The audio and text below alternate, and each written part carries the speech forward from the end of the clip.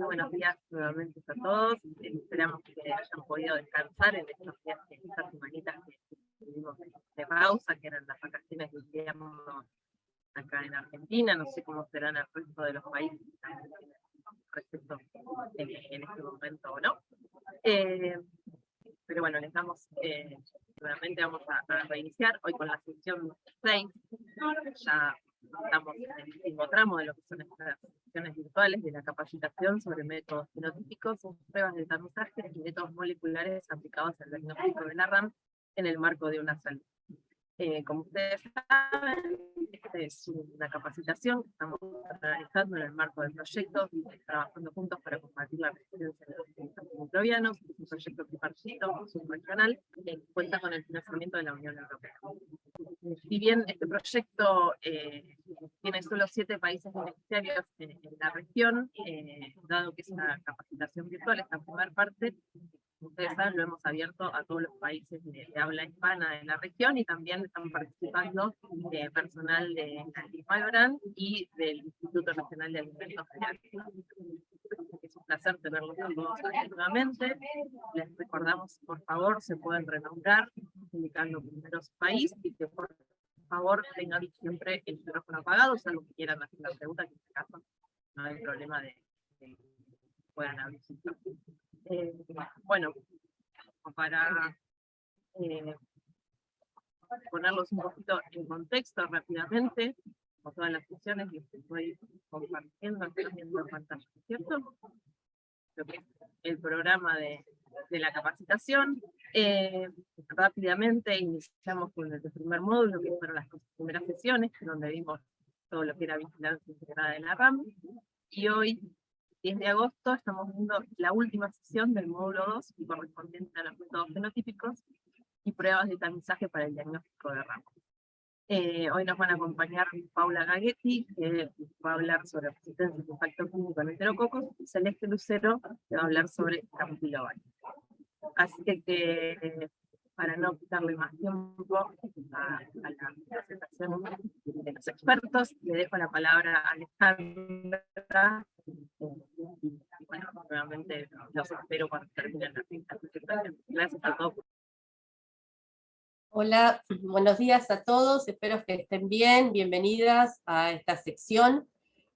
Bueno, ya los estábamos extrañando después de estas semanitas de ausencia, y bueno, vamos a retomar nuevamente los últimos módulos que nos quedan de la parte fenotípica. Y en el día de hoy vamos a charlar sobre, recuerdan que nosotros orientamos este curso en 4 patógenos, ¿sí? Escherichia coli, Salmonella, Enterococos y Campylobacter, los 2 enteropatógenos que necesitamos para hacer vigilancia, y las 2 bacterias indicadoras, Escherichia coli y Enterococos.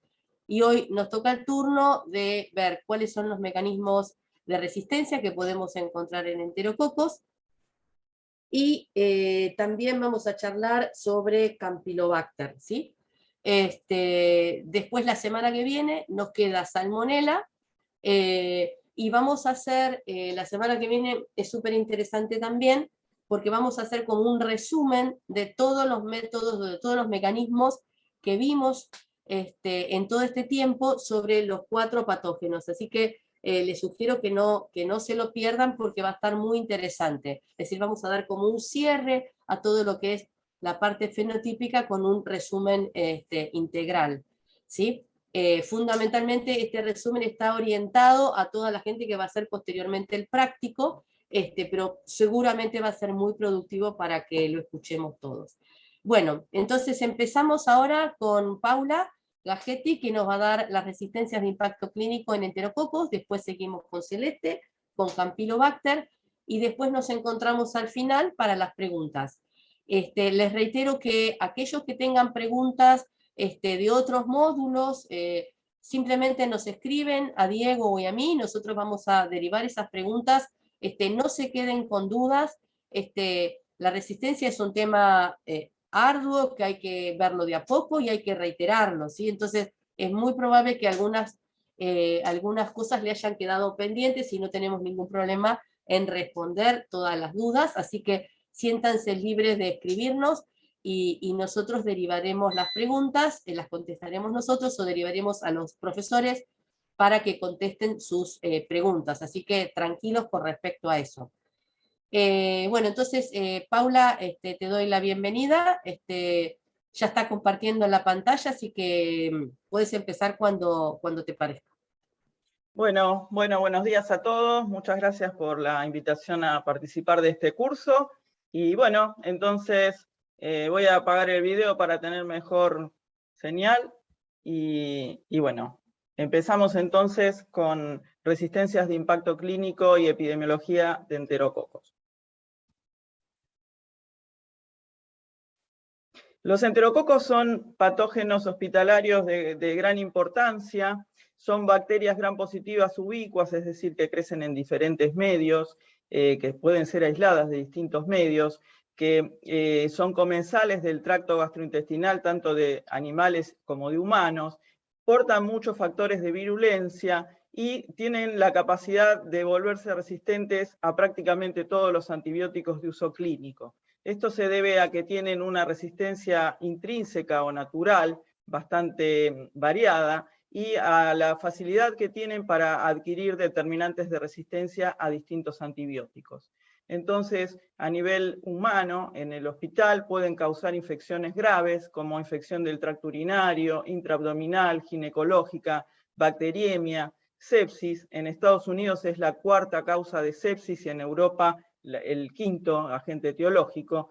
Y también es bastante común que produzcan endocarditis infecciosa. Del 5 al 20 de las endocarditis infecciosas tienen como agente etiológico a enterococo. Dentro de las 59 especies descritas de enterococos, las que son clínicamente relevantes en humanos son dos. Enterococcus fecalis, que causa la mayoría de las infecciones, entre el 70 y el 80% a nivel global, y Enterococcus faecium, que es más resistente a los antibióticos y es una causa importante de infección hospitalaria, y en los últimos años también a nivel global se ve que su incidencia está aumentando, es decir, aumenta la proporción de infecciones causadas por Faecium respecto de las de fecalis, respecto a los años previos. Enterococo resistente a vancomicina, Enterococcus faecium resistente a vancomicina, está dentro del grupo de microorganismos que se conoce como no-escape, que causan infecciones graves, potencialmente mortales, y cuyo tratamiento es muy difícil o hasta a veces es imposible. También si vemos el grupo de patógenos multiresistentes que son prioritarios para la Organización Mundial de la Salud, Enterococcus faecium resistente a vancomicina encabeza el grupo de prioridad 2 o prioridad elevada. Acá vemos la distribución de especies en humanos. En esta muestra están excluidas las muestras de heces y de hisopados de vigilancia, de screening. Estos datos son de la red JUNET de Argentina de los últimos 4 años, y analizando más de 16.000 aislados, vemos que Enterococcus fecalis representa el 71% de las infecciones y Faecium el 25,4%. Es decir, que entre ambos representan el 97% de los aislados clínicos de humanos, y las otras especies se aíslan en una proporción muy baja y algunos de manera anecdótica. La importancia clínica entonces de enterococo radica fundamentalmente en la resistencia a los antibióticos que presenta. Esta puede ser resistencia natural, que limita la elección de antibióticos para el tratamiento y obliga en infecciones severas a usar terapia combinada. La resistencia adquirida, que es la capacidad que tienen de adquirir resistencia a prácticamente todos los antibióticos de uso clínico. Esto puede ser, por un lado, por transferencia horizontal mediante elementos genéticos móviles, y por otro lado, por selección luego de la exposición a los antibióticos. También los enterococos son tolerantes. Esto quiere decir, son tolerantes a la actividad bactericida de los agentes antimicrobianos que actúan sobre la pared celular, como son los betalactámicos y los glucopéptidos. Esto quiere decir que se pueden alcanzar concentraciones clínicas del antibiótico, que se pueden alcanzar en el uso clínico, pueden inhibir el crecimiento de estas bacterias, pero para matarlas hacen falta concentraciones mucho más altas que la zinc. Esto es lo que se conoce entonces como tolerancia. Dentro de las resistencias naturales que presenta enterococo, algunas son propias del género. Entre estas está la resistencia a los betalactámicos, que está dada por baja afinidad de las PBPs, y entonces todos los enterococos tienen resistencia a cefalosporinas y a penicilinas no inhibibles por penicilinasas, como es el caso de la oxacilina. El grado de resistencia intrínseca que tienen varía entre los distintos betalactámicos. Las penicilinas tienen más actividad, luego vienen los carbapenemes y finalmente las cefalosporinas que directamente no tienen actividad sobre enterococo. Otra resistencia propia del género es la resistencia de bajo nivel a aminoglucósidos por ingreso deficiente del antibiótico que no puede alcanzar su sitio blanco, ¿sí? Que es el ribosoma. También trimetoprima sulfa y clindamicina son resistentes, aunque a veces se observen sensibles in vitro, no son útiles para el tratamiento. Hay otras resistencias naturales que son propias de cada especie. Entre ellas tenemos la resistencia a betalactámicos que presenta Enterococcus faecium y rafinosus, que es mucho más alta que la que tiene fecalis. Si uno observa las CIMES a penicilina en Faecium, son más o menos entre 4 y 32 microgramos por mililitro, mientras que en Enterococcus fecalis son más bajas, son entre 1 y 8. También Enterococcus faecium tiene una acetiltransferasa cromosómica que le confiere alto nivel de resistencia a tobramicina, kanamicina y amicacina. Los enterococos móviles, como son Gallinarum, Cassiflavus y Flavescens, tienen bajo nivel de resistencia a la vancomicina por la presencia también de los genes VANC1, VANC2 o VANC3. Y por último, Enterococcus fecalis es resistente naturalmente al quinupristin, dalfopristin, las streptograminas, por la presencia del gen LSA, que es codificante de una bomba de flujo. Esta resistencia que ocurre en fecalis no ocurre en Enterococcus faecium, que no tiene ese gen, y para el tratamiento del cual estas streptograminas son de utilidad. Ahora bien, la resistencia adquirida, como decíamos, puede ser por mutación de genes intrínsecos o por transmisión horizontal de genes mediante elementos genéticos móviles. Y está descrita en enterococos a prácticamente todas las familias de antibióticos. Ahora, durante la presentación, vamos a ir viendo aquellas que tienen relevancia clínica. Bueno, vamos a empezar por la resistencia a betalactámicos. La resistencia a betalactámicos es adquirida y puede darse por dos mecanismos. El más prevalente es la alteración o la hiperproducción de las PBPs. Y otro mecanismo que es muy inusual es la producción de betalactamasas. El primero de estos mecanismos produce alto nivel de resistencia a ampicilina. Van a ver que, verán en los laboratorios que la mayoría de los Enterococcus faecium son resistentes a la ampicilina. Sin embargo, esta es una resistencia adquirida. Empezó a observarse a partir de los años 1970, 1980, se ve mucho más en Enterococcus faecium y rafinosus que en fecalis, y a lo largo del tiempo en faecium fue aumentando, y actualmente a nivel global, más o menos el 90% de los aislados de faecium son resistentes a la ampicilina. En Argentina, según datos de 2021, 87%. El alto nivel de resistencia a ampicilina en Enterococcus faecium al principio se explicó como hiperproducción de PBP5 o polimorfismos en la PBP5. Pero después hubo algunos estudios que encontraron que había adquisición secuencial de mutaciones en sitios específicos de la PBP5 de faecium que otorgaban esta resistencia progresiva a la ampicilina que empezó en la década del 80. Se estudiaron aislados con distintos niveles de resistencia y se encontraron hasta 21 reemplazos aminoacídicos en distintas posiciones específicas de la PBP5. Entonces, cuando hay hiperproducción de PBP5, las CIMES ampicilinas son altas, entre 16 y 128 microgramos por mililitro, pero cuando están estas mutaciones acumuladas en la PBP5, las IMES son más altas aún y el nivel de resistencia es muy alto, mayor de 128 microgramos por mililitro. Como les decía, la producción de beta-lactamasas es un mecanismo muy poco frecuente, con una incidencia mundial menor al 1%, y se describieron solamente las cepas que se ven acá en Estados Unidos, algunas en Líbano y Argentina en los 90, después solamente dos casos, digamos, un aislado en Richmond en 1992 y 8 cepas en Italia en 2010, de Fecium con beta-lactamasas, todavía más raro que en Fecalis. Y en 2014 en Argentina también se encontraron de vuelta 5 cepas de Fecalis productores de beta-lactamasa. Esta resistencia es plasmídica, la beta-lactamasa de enterococo es igual a la de estáfilo, pero se expresa constitutivamente en un nivel mucho más bajo que en estáfilo, por lo que tiene un marcado efecto inóculo y no se puede detectar por los métodos de rutina.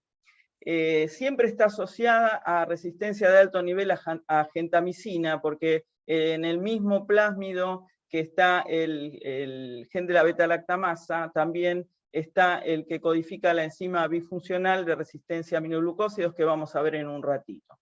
Es inhibible por los inhibidores de beta-lactamasa, como sulbactam y ácido clavulánico, o sea que tampoco representan un problema para el tratamiento, porque combinando con un inhibidor se soluciona el problema de la resistencia.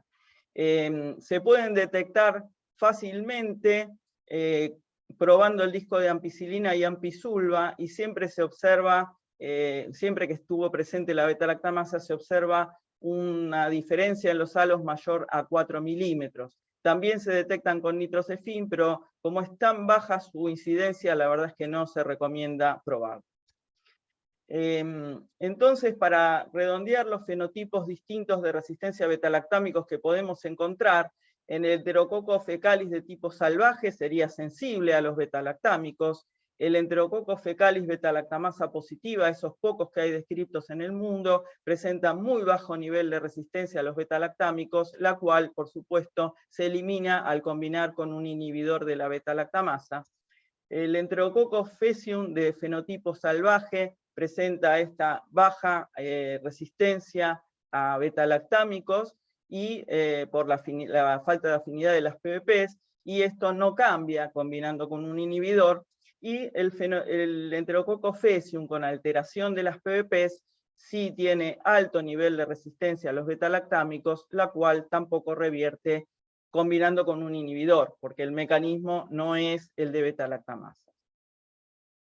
Ahora vamos a ver algo de resistencia a los aminoglucósidos. La resistencia de alto nivel a los aminoglucósidos también es adquirida y se puede deber a alteración del sitio blanco, ¿sí? Que no permite la unión del antibiótico, y al ribosoma, ¿no? La subunidad 30S ribosomal es donde actúan los aminoglucósidos, y también se puede deber a inactivación enzimática, por medio de acetiltransferasas, nucleotidiltransferasas o fosfotransferasas, que son enzimas plasmídicas o constitutivas que modifican al antibiótico y confieren alto nivel de resistencia, en general a streptomicina, IMES mayores de 2000 y a gentamicina mayor de 500 microgramos por mililitro. Hay distintas enzimas frecuentes en enterococos. La más frecuente de todas es esta, que es la enzima bifuncional, que tiene actividad acetilasa y fosforilasa, y que presenta resistencia a gentamicina y a los antibióticos aminoglucósidos de estructura similar, como amicacina y canamicina, pero sensibilidad a streptomicina. Este es el fenotipo que se encuentra más frecuentemente de resistencia a aminoglucósidos en enterococos. El otro fenotipo también muy frecuente es resistencia a streptomicina, pero sensibilidad a gentamicina, amicacina y canamicina. Y esto se debe a la presencia de una adeniltransferasa, la 3'1A o la 6'1A, o también puede deberse a mutaciones en la subunidad 30S ribosomal. Estos dos mecanismos son los de mayor importancia clínica en enterococos, ya que involucran a gentamicina y streptomicina, que son los dos antibióticos que se usan en tratamiento de enfermedad severa combinados con beta-lactámicos o glucopéptidos. Como les decía antes, cuando hay enfermedad severa siempre hay que hacer terapia combinada, y entonces si los aislados presentan alto nivel de resistencia a los aminoglucósidos, esa sinergia ya no es posible. También hay otros mecanismos, uno que está, cuyo responsable es la fosforilasa 3'3A, que otorga resistencia a canamicina y amicacina. A veces la amicacina no se ve resistente fenotípicamente, y otra deniltransferasa 4,2'1A que confiere resistencia a tobramicina, amicacina, neomicina y canamicina, pero estos dos últimos presentan sensibilidad a gentamicina y streptomicina.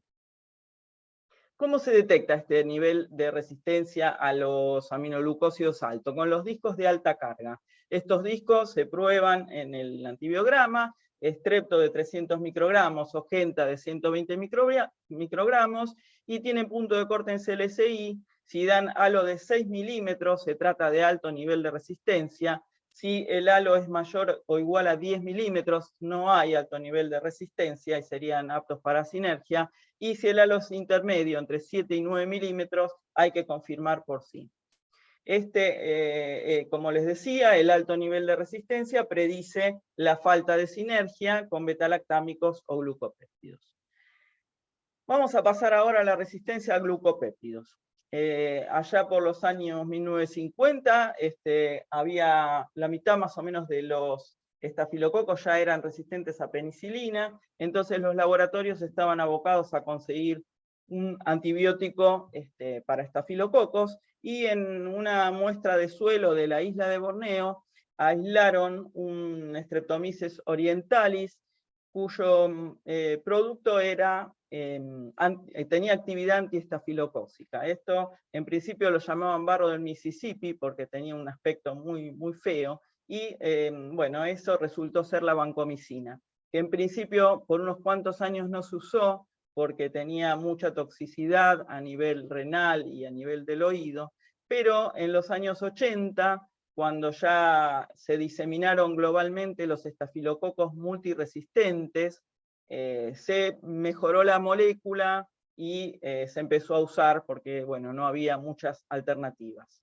En el año 1984 aparece en el mercado en Europa la teicoplanina, y apenas un par de años después, en Reino Unido y en Francia, aparecen los primeros enterococos Banco R. Un año más tarde en Estados Unidos, y 10 años más tarde en Argentina, aparece el primer BRE o enterococo Banco R. Ahora a nivel mundial la situación es variable. Los países que no tienen color no es que no tengan resistencia, sino que no tienen datos, y los que están en azul oscuro, como es nuestro caso de Argentina, somos los que estamos en peor situación. En Estados Unidos ven 68%, en Argentina, ahí en este mapa, este dato es de 2017, había 69%, ahora estamos un poco peor, y bueno, Taiwán también con 66%, Serbia y Macedonia con un poquitito menos. En Europa, según estos datos del EUCDC, que controla la resistencia a antibióticos en 30 países, hace la vigilancia, podemos ver que hay mucha diversidad. Hay países que no tienen prácticamente menos del 1%, como es el caso de Islandia, de Francia o de Finlandia, pero también hay países que tienen más del 50%, como es el caso de Chipre, y otros que están en el medio. El rango, digamos, de resistencias entre los distintos países es entre 0 y 50%, el promedio en 2019 fue 18%, y eso es muy preocupante para ellos, ya que aumentó notablemente el promedio en los últimos años.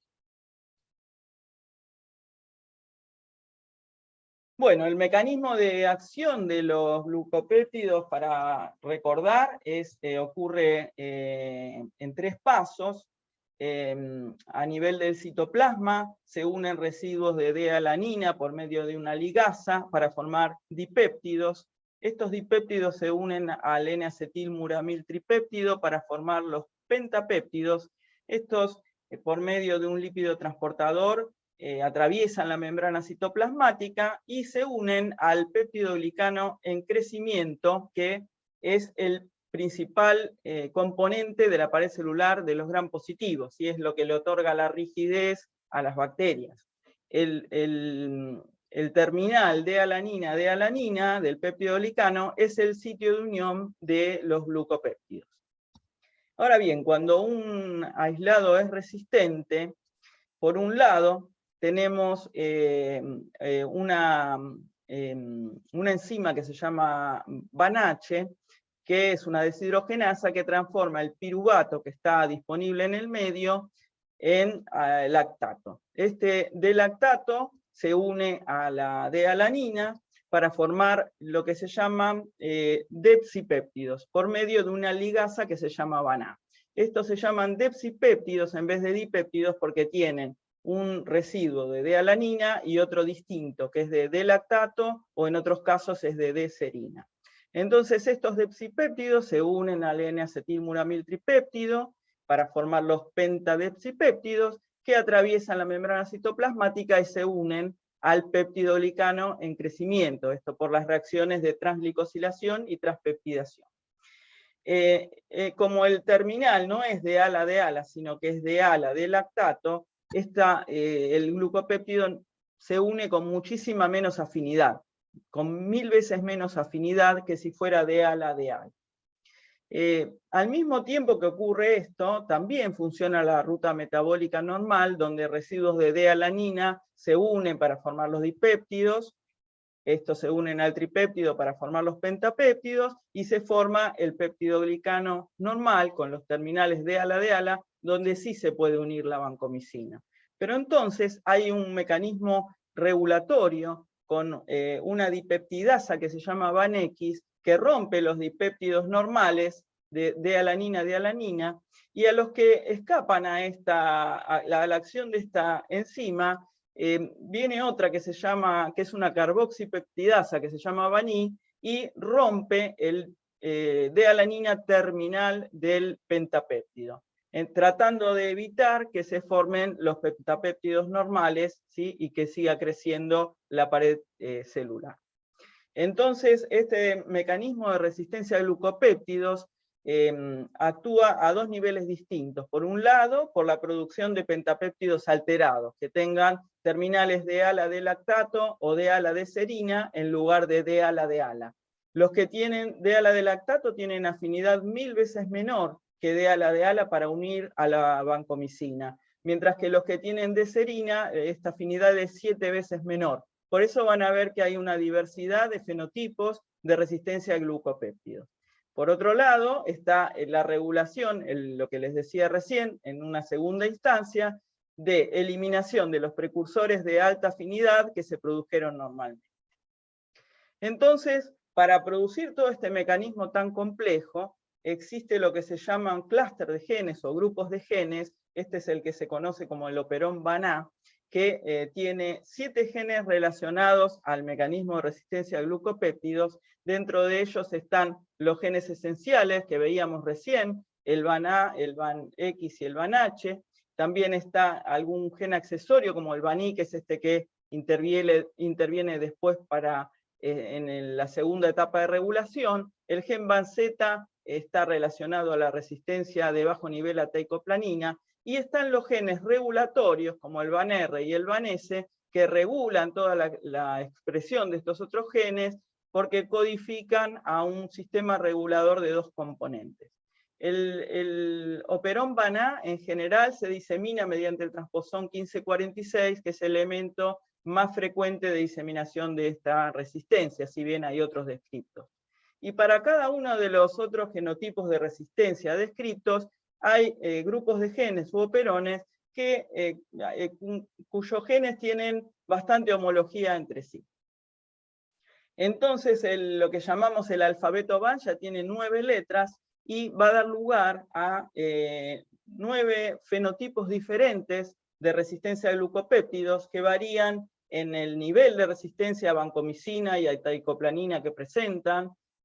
Como les decía antes, los que tienen DA de lactato como terminal del peptidoglicano van a tener una afinidad mucho más baja por los glucopéptidos, entonces van a tener CIMES más altas, mientras que los que tienen DA de serina van a tener CIMES más bajas, pero bueno, acá son los distintos fenotipos que existen y que fueron descritos a nivel mundial. Algunos se pueden transferir, algunos se expresan constitutivamente, otros son inducibles, pero bueno, lo único que tiene que quedar en claro, esto es para mostrar la diversidad que hay, es que los que son realmente eficientes epidemiológicamente y se pudieron diseminar a nivel global son el VAN-A y el VAN-B. Sin duda son esos dos los que nos tienen que preocupar, porque los otros o quedaron circunscriptos a alguna región en particular, o aparecieron una vez y no aparecieron más, en fin. Y bueno, el VAN-C, que como les decía al principio, es la resistencia natural que presentan los enterococos móviles. Esto simplemente para que vean que a nivel mundial el que predomina es el fenotipo VAN-A, que está en verde, mientras que el fenotipo VAN-B, que está en violeta, solamente es dominante en Japón, en Tailandia y en Australia. Acá podemos ver los distintos fenotipos, a qué especies de enterococos se asocian. El VAN-A prácticamente a todas las especies de enterococo, y también el VAN-A se ha descrito en Staphylococcus aureus. Están los Staphylococcus aureus BRCA, o con alto nivel de resistencia a vancomicina, que tienen este gen VAN-A, y que por suerte no son muy exitosos y son pocos los que hay a nivel mundial. También hace unos años en Corea se encontró VAN-A en Aerococcus viridans. El VAN-B, que es más que nada se encuentra en Fecalis y Faecium, también en enterococos duras, y se encontró en Streptococcus bovis y mitis. Y el VAN-G, que también hace unos años se encontró en Streptococcus agalactiae, ¿sí? Es decir, en especies distintas de enterococos también se pueden encontrar estos genes VAN. Los que tienen la banderita son los que se encontraron hasta ahora en Argentina.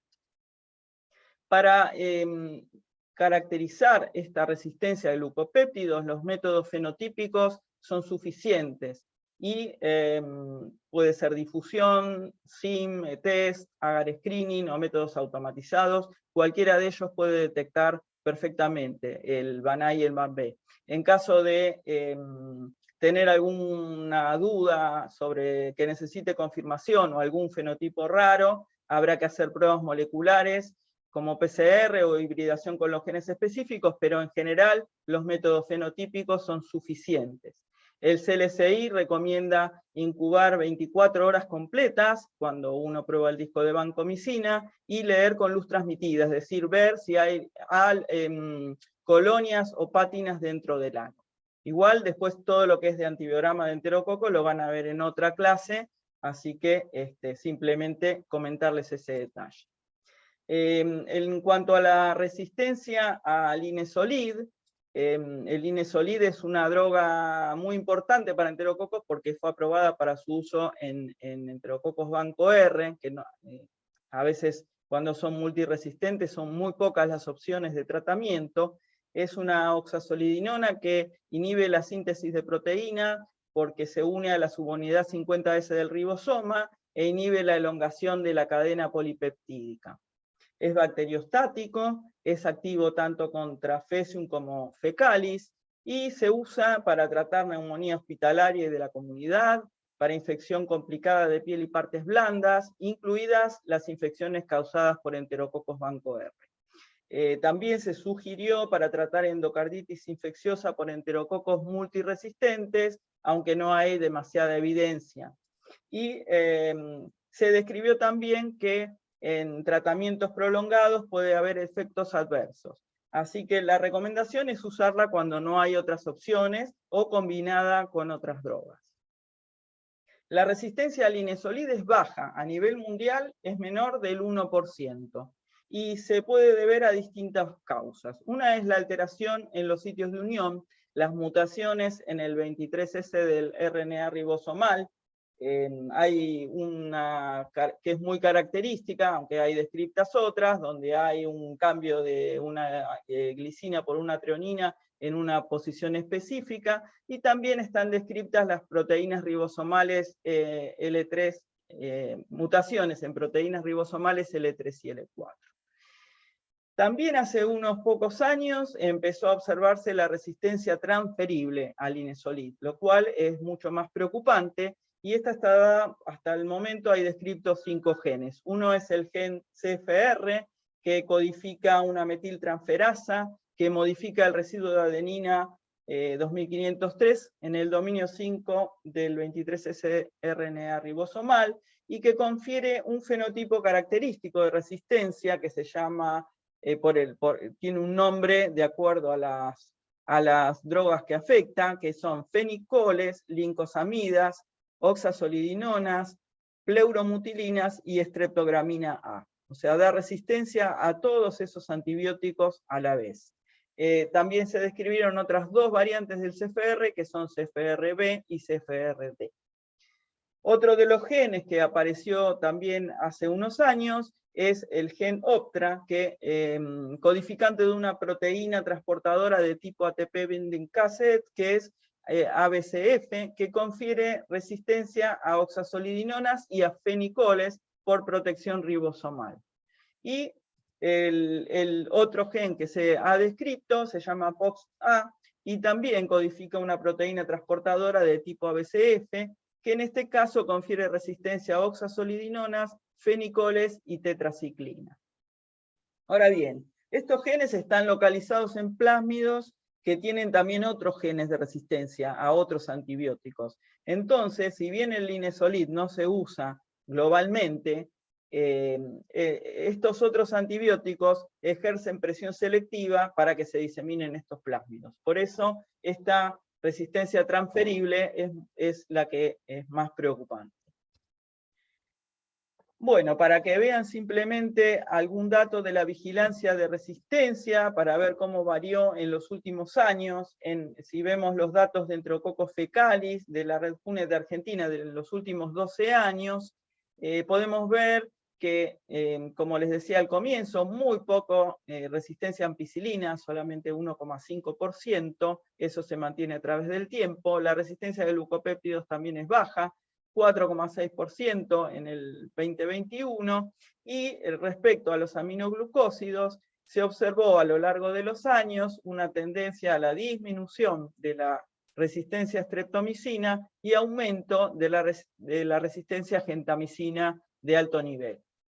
Si vemos los datos de Enterococcus faecium, acá vemos alto nivel de resistencia a ampicilina, como les decía, prácticamente todos son resistentes, alto nivel también y en aumento a lo largo del tiempo de resistencia a glucopéptidos, fíjense, 75 casi % de resistencia a vancomicina y 73 a teicoplanina, y lo mismo también para los aminoglucósidos, un aumento de resistencia a gentamicina y disminución de la resistencia a streptomicina.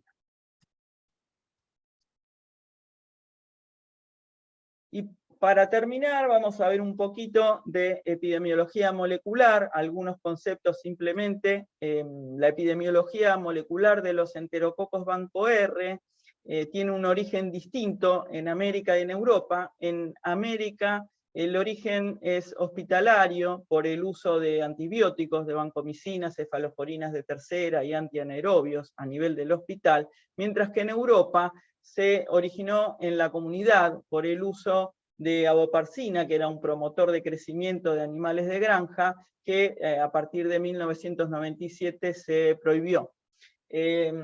Después en Europa ocurrió una situación, un escenario similar al de Estados Unidos, pero 10 años más tarde. Igual, tanto en una región como en la otra, siempre los enterococos banco R se asocian a Faecium más que a Fecalis. La mayoría de las infecciones clínicas y brotes hospitalarios se ve que están asociadas a un complejo clonal 17, que presenta aislados con resistencia a ampicilina y a ciprofloxacina, que tiene una posible isla de patogenicidad, cuyo marcador principal es un gen que se llama ESP, codificante de una proteína de superficie que está asociada a la producción de biofilms, y también a otros factores de virulencia. Este complejo clonal 17 está distribuido en todo el mundo, y se piensa que emergió a partir del secuenciotipo 17 por un proceso de adaptación en varios pasos, que en principio adquirió genes de resistencia a ampicilina, genes de virulencia y genes de resistencia a quinolonas. Luego ocurrieron eventos de transferencia horizontal y recombinación que lo incrementaron en frecuencia y que le facilitaron la posibilidad adaptativa al hospital y su diversificación genética. Y luego, este complejo clonal 17 se diseminó a nivel mundial. Este proceso de adaptación en varios pasos se conoce como capitalismo genético, ya que el rico tiende a ser cada vez más rico, y este proceso es único en gram positivos, no se vio en otras especies. Hace unos años, para ver los resultados del MLCT y agrupar los aislados y generar alguna hipótesis acerca de la evolución de las bacterias, se usaban estos diagramas de Ebers, todavía se siguen usando, acá se puede ver claramente cómo todos los enterococos que son aislados de infecciones clínicas y brotes hospitalarios, los enterococos faecium, están agrupados en este complejo clonal 17, ¿sí? Que los aislados que colonizan individuos sanos y animales no están incluidos en este complejo clonal. Estos diagramas, si bien son muy lindos y muy gráficos para observar la relación entre aislados, en enterococo no son los mejores, dada la diversidad que tiene la especie. Y posteriormente, por medio de secuenciación completa de genoma, se pudieron hacer análisis más profundos, y se vio que la población de Enterococcus faecium está dominada por dos grupos o clados. Uno es el clado A, o hospitalario, que en su mayoría agrupa aislados resistentes a ampicilina, y el otro es el clado B, o asociado a la comunidad, que agrupa a los aislados de individuos sanos y no internados. Este clado A la vez se subdivide en A1, que es el que tiene todos los aislados que tienen muchos elementos genéticos móviles, genes de virulencia y genes de resistencia a distintos antibióticos, que justamente son los que tienen más capacidad para colonizar y persistir en huéspedes humanos. Es decir, todos los aislados del complejo clonal 17 están incluidos en este subclado A1. Y el subclado A2, que agrupa a los aislados de animales de granja. Si vemos acá el árbol filogenético, podemos ver que dentro del clado A1, o el clado hospitalario, en el A1 acá en rojo vemos todos los aislados provenientes de infección, mientras que en el A2 vemos los que son en verde, los provenientes de animales, y en el clado B los aislados comensales humanos. Y lo que se pudo ver con estos estudios evolutivos es que la diferenciación o la división entre el clado A y el clado B ocurrió hace más o menos 3000 años, y esto coincide con la urbanización de los seres humanos y la domesticación de los animales, lo cual trajo aparejado un montón de cambios en la dieta y por supuesto en el microbioma. Y la división entre los dos subclados A1 y A2 ocurrió muchísimo después, hace más o menos 75 años, lo cual coincide con la introducción de los antibióticos en medicina y en agricultura. En Enterococcus fecalis ocurre algo totalmente diferente. Simplemente les muestro este trabajo para que vean que estudiaron la secuenciación completa de genomas de más de 2000 Enterococcus fecalis, que aislaron entre 1936, o sea, en la era preantibiótica, y 2018, y las muestras fueron tomadas de aves silvestres, de mamíferos, de humanos sanos y de pacientes internados. Y el objetivo del trabajo era evaluar los cambios del genoma que le permiten adaptarse a distintos nichos ecológicos y la ganancia y pérdida de plásmidos en la población. Acá pueden ver que en los distintos colores, los rojos son los pacientes internados, azules las aves salvajes, pacientes sanos, no hospitalizados. Estos son aislamientos muy antiguos, como les mostraba que eran de la era preantibiótica. Estos son de ambiente, de animales de granja, y fíjense que todos los aislados provenientes de distintos ambientes están interrelacionados, ¿sí? No hay un secuenciotipo o un complejo clonal asociado a los aislados de un determinado hospedador. Eso es bien diferente de lo que veíamos recién en Enterococcus. Esto de acá son los ST, son los secuenciotipos. Estos es otra estrategia, son los clústeres por POP-PAN, que es otra estrategia de agrupamiento distinta del MRCT. Pero bueno, lo que importa, este es el árbol filogenético, y lo que importa que les quede claro es este concepto de que están todos mezclados y interrelacionados independientemente del tipo del ambiente o del hospedador del que provenga. Entonces, para terminar, la estructura poblacional de enterococos en Fecium muestra un linaje fuertemente asociado a la infección hospitalaria, ¿sí?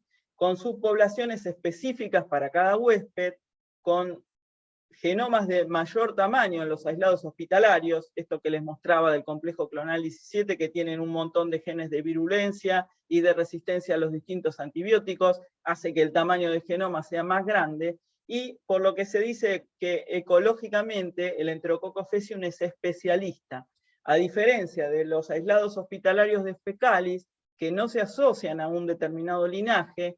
Se observa un agrupamiento pangenómico con dispersión de genotipos individuales de distintos orígenes y de distintos sitios de muestreo.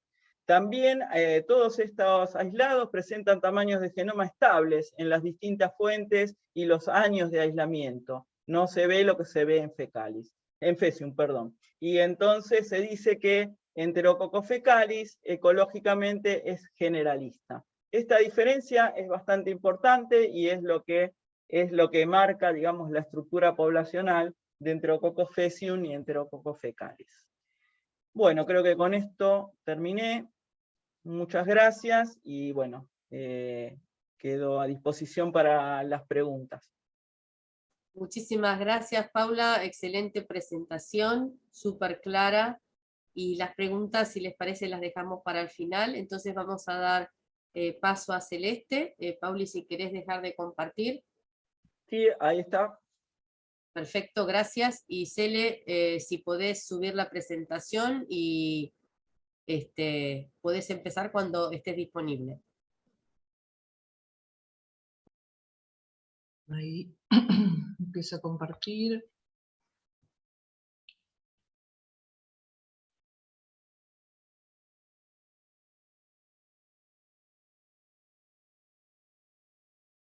Faltaría ampliar nada más. Sí, espera que se... ¿Ahí está? Perfecto, ¿Sí, no? Celeste, podés comenzar cuando quieras. Buenísimo. Bueno, vamos a hablar de Campylobacter, y en este caso ustedes ya escucharon a la doctora Farace hablar de identificación. En este caso vamos a hablar de la sensibilidad a los antimicrobianos. ¿Sí? Para recordarles, Campylobacter tiene más de 41 especies, 17 de importancia en humanos, y tanto en humanos como animales las principales causas de infección son Yeyuni coli en humanos, en animales Yeyuni fetus principalmente, son causantes de infecciones en los animales y pérdidas económicas en estos animales de consumo. ¿Sí? Para recordarles, campylobacteriosis es una zoonosis. ¿Sí? Nosotros tenemos a los animales que son los reservorios, de este germen, lo tienen en su intestino, principalmente en las aves, ¿sí? Las aves de corral van a ser el punto caliente en esta cadena de transmisión de esta infección al humano, y también en animales de granja, como vacas, cabras, cerdos y ovejas. En animales salvajes también encontramos Campylobacter, pero bueno, el contacto con el humano es menor, pero bueno, no hay que descartarlo. Cuando uno hace mucho contacto con la vida silvestre, ahí puede adquirir infecciones por esta vía.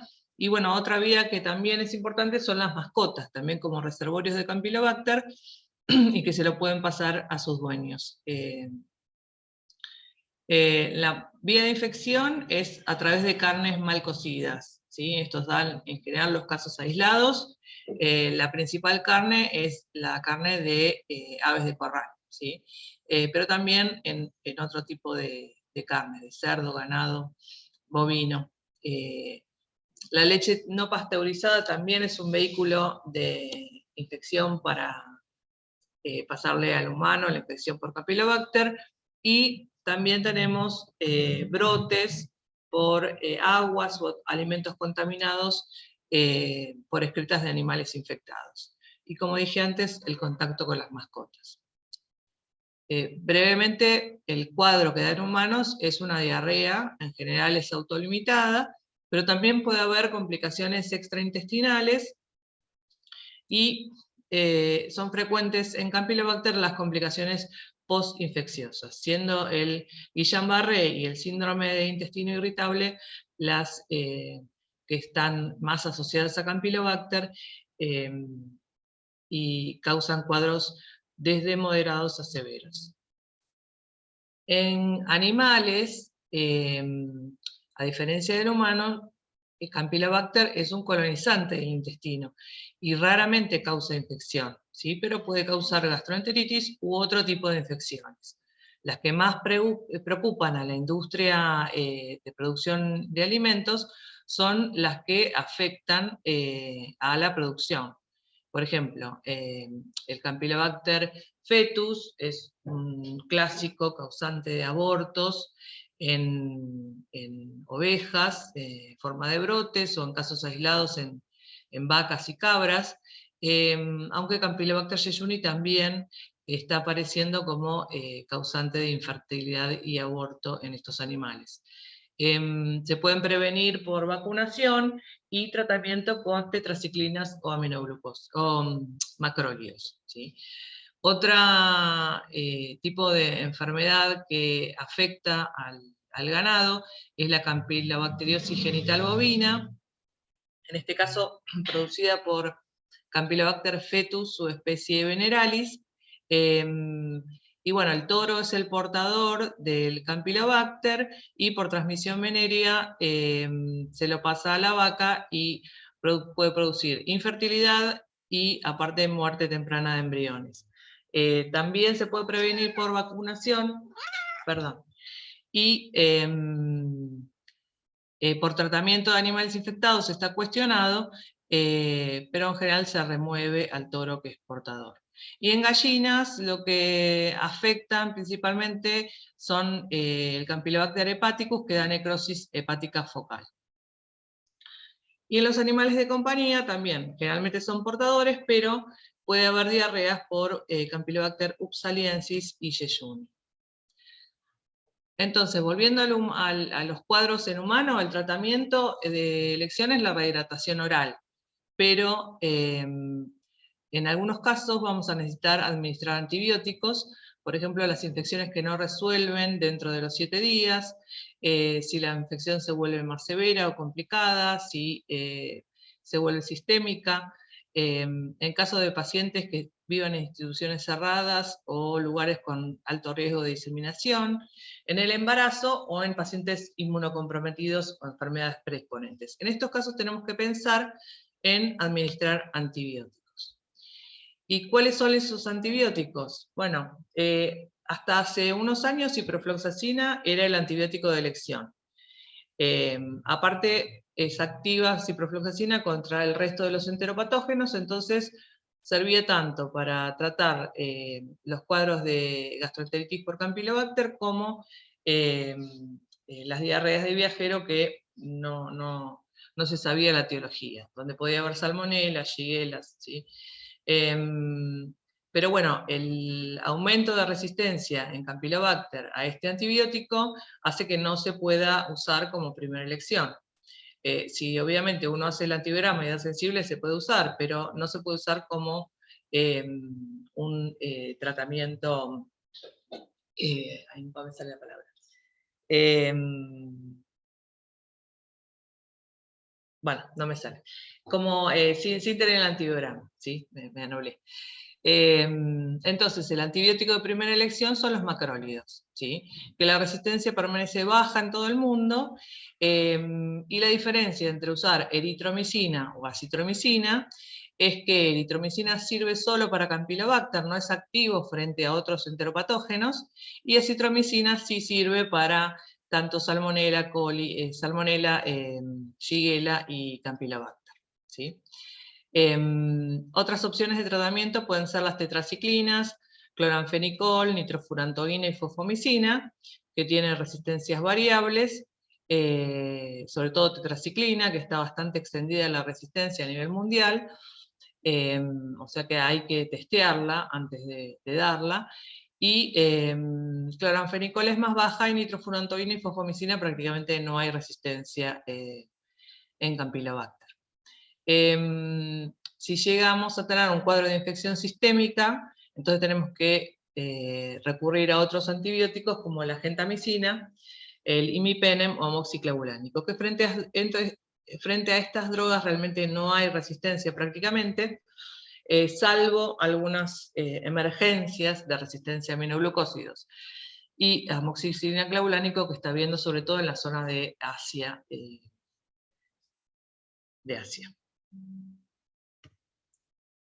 Bueno, debido a que Campylobacter es un germen que causa tantas infecciones en humanos, tiene tanta carga de infección en la comunidad, el aumento de la resistencia en estos años, y que nos quedamos por su resistencia natural a muchos antibióticos, no tiene muchas opciones de tratamiento, y con la resistencia a fluoroquinolonas nos quedamos con menos opciones aún. Entonces la Organización Mundial de la Salud en el 2019 lo incluyó dentro de los microorganismos que hay que ponerle un ojo, ¿sí? Donde hay que poner todos los recursos para contener la diseminación de la resistencia. Entonces, en este caso, tiene una prioridad alta el Campylobacter resistente a fluoroquinolonas, ¿sí? Esto se hace para que todos los esfuerzos de investigación, de vigilancia y de desarrollo estén dirigidos frente a esta combinación de microorganismo, droga, problemas. Como un dato de cuál es la realidad de Campylobacter, en Estados Unidos en el 2019 hubo, calculan, 1,5 millones de infecciones por año. Esto tiene un costo asociado en gastos de salud de 270 millones de dólares, y vieron que tenían un 29% de resistencia a fluoroquinolonas. Es bajo comparado con otros países, pero igualmente es alto como para usarla como tratamiento, ¿sí? Y este valor se duplicó en la última década. Y por otro lado, acá muestran que 500.000 Campylobacter, estiman 500.000 infecciones por Campylobacter resistente por año, con 70 muertes. Bueno, en el mundo la resistencia es muy variable. En algunos lados, como en África, no se tienen muchos datos, pero se sabe que es endémico. En China y Japón la prevalencia es muy alta, igual que en algunos países de Latinoamérica, donde tenemos algunos estudios, como por ejemplo en Guatemala, que hay 1.300 casos cada 100.000 habitantes, cada 100.000 niños, ¿sí? Pero bueno, en realidad, como es un microorganismo que es fastidioso, hay un micrófono abierto. Si alguien se da cuenta quién es. El problema de Campylobacter es que es un microorganismo fastidioso, que es difícil de cultivar, necesita requerimientos especiales como la microaerofilia, como estufa de 42 grados, como placas de medios selectivos. Entonces, en una muestra de coprocultivo, que ya de por sí es cara, porque tenemos que poner muchos medios distintos, agregar la búsqueda de Campylobacter en algunos laboratorios no es una opción. Entonces, por eso es que no hay, hay pocos datos, y a veces también por cuestiones metodológicas están subestimados, ¿no? Porque a lo mejor no se hace bien la búsqueda también. En cuanto a Latinoamérica, también hay diferencias regionales. Por ejemplo, en Argentina tenemos 30% en algunos lugares y 5% en otros. Ecuador tiene 23%, ¿sí? Y lo que también cabe destacar en los países en vías de desarrollo es que a veces hay estado de portador en los niños, ¿sí? Por lo cual, en los cuadros de diarrea, por ejemplo en Brasil, un 10% son diarreas, y en el grupo control hay un 7% de deportaciones. O sea que se da prácticamente en la mayoría de los países en vías de desarrollo que hay infecciones a muy temprana edad, se adquiere inmunidad y se quedan con estado de portador. En cuanto a aislamientos que no son humanos, bueno, siempre destacamos que en pollos es donde tenemos la mayor incidencia de portación de Campylobacter, tanto en animal vivo como en alimentos. En Argentina no tenemos mucho en bovinos, y tampoco en cerdos, pero sí miren en estos estudios alrededor de 20% en gatos y 17% en perros. En Brasil los números son un poco más elevados, también tienen el problema de los pollos, y un poco más en bovinos, y bastante más en bovinos que en nuestro país. Después en Chile, por ejemplo, empiezan a haber otros animales distintos, como en patos, una alta prevalencia, y otro tipo de aves. Y bueno, y en Perú, por ejemplo, tenemos estudios con monos, ¿sí? O sea que la distribución de Campylobacter en los animales que los busquemos es bastante amplia, ¿sí? Más o menos. Si vemos la resistencia natural, que es esto que les decía, por lo cual Campylobacter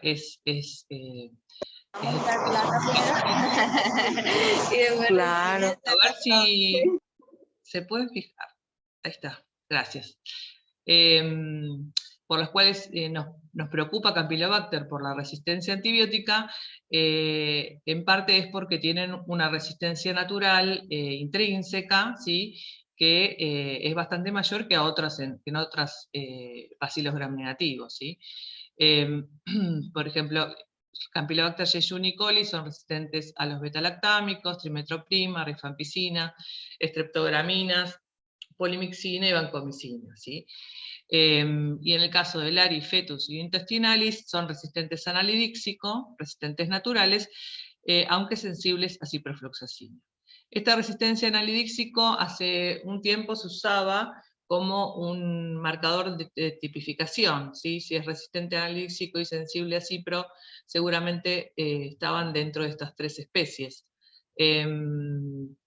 La resistencia a nalidíxico marcaba que era alguna de estas tres especies. Ahora, con la alta diseminación de la resistencia a ciprofloxacina en Jejuni y en coli, esto ya no lo podemos decir así. Si es resistente a nalidíxico, puede ser un Jejuni coli resistente a las quinolonas, ¿sí? O sea que con una resistencia adquirida. O sea que ya no nos sirve para tipificar. Y la razón por qué Campylobacter es tan resistente son varias, ¿sí? En parte, por ejemplo, porque le es difícil a las moléculas entrar en las células de Campylobacter, ¿sí? Tiene en sus porinas un límite de exclusión de 360, comparado con 600 kilodalton de la Escherichia coli. O sea que el Campylobacter deja pasar moléculas más pequeñas, ¿sí? Las que son mayores a 360 ya no pueden pasar. Incluso también hay un impedimento según la carga, ¿sí? También deja pasar más fácilmente cationes que aniones. Entonces, todo eso en la estructura del antibiótico va a determinar si puede entrar con facilidad en el Campylobacter o no. Entonces, por ejemplo, dentro de los betalactámicos, las cefalosporinas de primera y segunda generación, ceftazidima y ceftriaxona, tienen alto peso molecular y carga negativa, por lo cual les va a ser difícil entrar el Campylobacter, por lo tanto tiene altas CIMES. Otro mecanismo que impide que el antibiótico llegue a su sitio activo es el eflujo, ¿sí? En Campylobacter tiene bombas de flujo que le sirven para sacarse de encima sustancias tóxicas. Pero parte de estas sustancias tóxicas, por ejemplo, como las sales biliares, que las bombas de flujo permiten que el Campylobacter viva en medios ricos de sales biliares como el intestino o la vesícula. Gracias a estas bombas de flujo que sacan las sales biliares de adentro de la célula. Pero también saca antibióticos, ¿sí? Es un método de sacarse de encima antibióticos que no es específico, sino que puede ser distintas familias de antibióticos, y aumenta por estas bombas de flujo las CIMES, ciprofloxacina, tetraciclina, eritromicina, cefota, ampicilina. Este aumento de las CIMES no llega a niveles de resistencia, pero sí, si comparamos, por ejemplo, con una Escherichia coli, tiene CIMES mucho más altas. ¿Sí? Una coli a lo mejor tiene una CIM de cipro de 0,008 y un Campylobacter de 0,25. ¿Sí? No llega a ser resistente, pero es bastante más alta. Y en el caso de rifampicina, ya el ser sustrato de las bombas de flujo hace que las CIMES aumenten muchísimo, que sean resistentes naturales a rifampicina.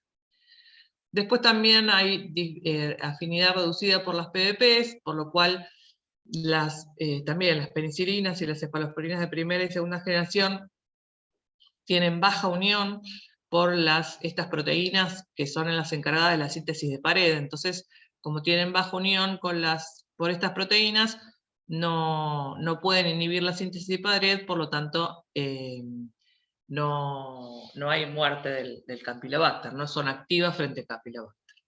Y después, razones más específicas, como la dihidroteroatosintetasa, que da la resistencia a trimetroperina. Pero bueno, con todos estos mecanismos vemos que ya Campylobacter, Yeyuni coli van a ser difíciles de tratar, ¿sí? Y aparte, toda esta resistencia es la que se basa, en la que uno se basa para hacer los medios de cultivo, ¿sí? En los medios de cultivo ponemos antibióticos que nos sirven para inhibir la flora acompañante y aprovechar que Campylobacter es resistente y que él va a crecer, y el calor, los 41 grados, también inhiben la flora que no es termófila y permite que crezca Campylobacter coli, ¿sí?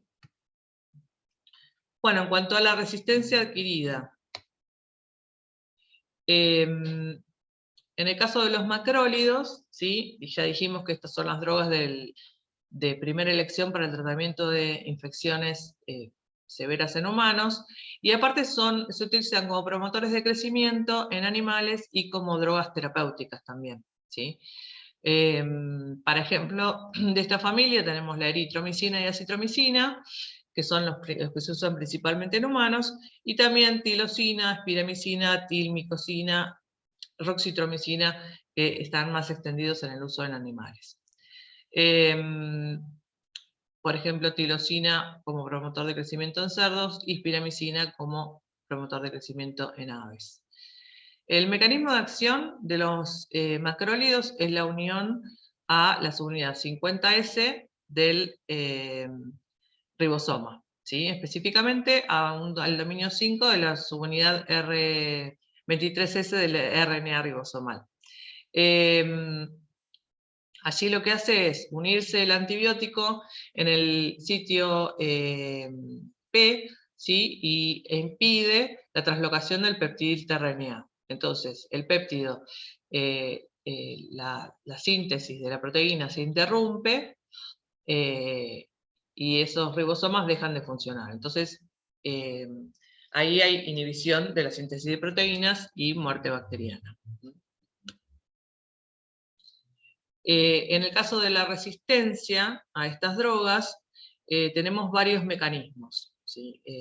Por un lado, las bombas de flujo, como vieron antes, sacaban eritromicina, ¿sí? O sea que ya hay CIMES más altas a los macrólidos en este género. Pero cuando es resistencia adquirida, es porque ocurre alguna mutación en la bomba de flujo que produce o una hiperproducción o un aumento de la actividad de la bomba, entonces empieza a sacar más cantidad de antibióticos, ¿sí?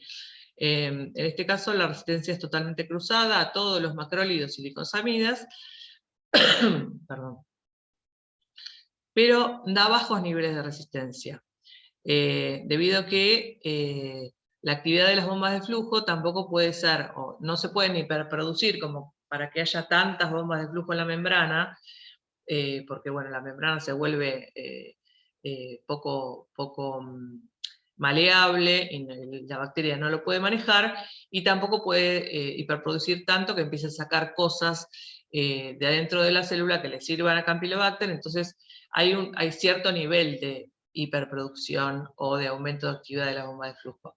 Entonces las CIMES en general se aumentan hasta cierto nivel, no a niveles muy altos. Pero sí contribuye este sistema a adquirir altas CIMES cuando adquieren otro tipo de resistencia, ¿sí?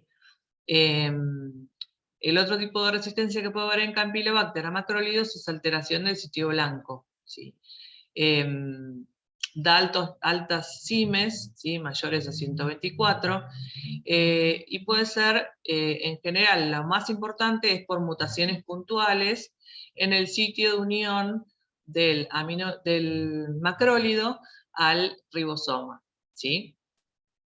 Hay aminoácidos, las posiciones 2075 y 2074, que son críticas y donde aparecen la mayoría de las mutaciones, ¿sí? Mutaciones de A por G en estas posiciones o por C